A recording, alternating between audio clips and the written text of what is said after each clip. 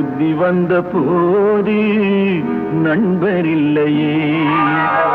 நாளை முதல் குடிக்க மாட்டேன் சத்தியமடி தங்கம்.